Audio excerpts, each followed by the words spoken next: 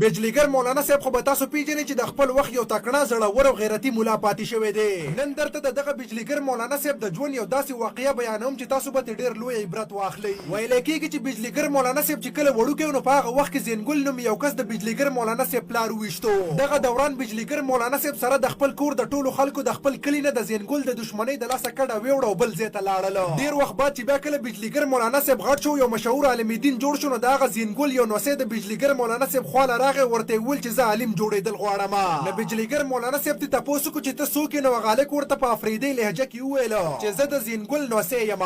نو بجلیګر مولانا صاحب ته تپوس وکړو چې د هغه زینګل چا چې زما پلار 15 ګولۍ ویشتلی. نو هغه هلک ورته وویل چې یا هم د هغه زینګل نوسی یم. نو بجلیګر مولانا صاحب هغه هلک ځان سره په ګاډۍ کې کېنولو. دغه دوران هغه هلک وویرېدو چې کېدای شي دا بجلیګر مولانا صاحب ما چېرته وجلو له بوځي. خیر بجلیګر مولانا صاحب هغه هلک پېښور نمک منډۍ ته بوتلو. هلته د فیاض نومې مولانا مخې ته کېنولو. هغه ته یې وویل چې دا هلک زما د پلار د قاتل نوسی دی او زه دې نه عالم جوړول غواړم.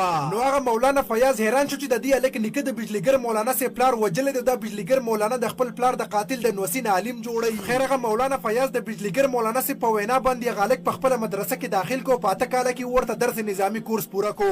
8 کاله بعد هغه هلک بیا بجلیګر مولانا صاحب له لاړو. ورته یې وویل چې ما درس نظامي کورس پوره کو. نو بجلیګر مولانا صاحب ته تپوس وکړو چې دا راته ووایه چې اوس به دوره یعنې بقایه د علم دا کورس د چا نه کې؟ نو هغه هلک ورته وویل چې د مولانا حسن جان صاحب نه کوم چې اوس شهید شوی دی. مولانا بجلیګر صاحب هغه هلک د مولانا حسن جان خواله بوتلو. ورته یې وویل چې دا زما د پلار د قاتل نوسی دی، دا به د دې ځای نه دوره کوي. نو مولانا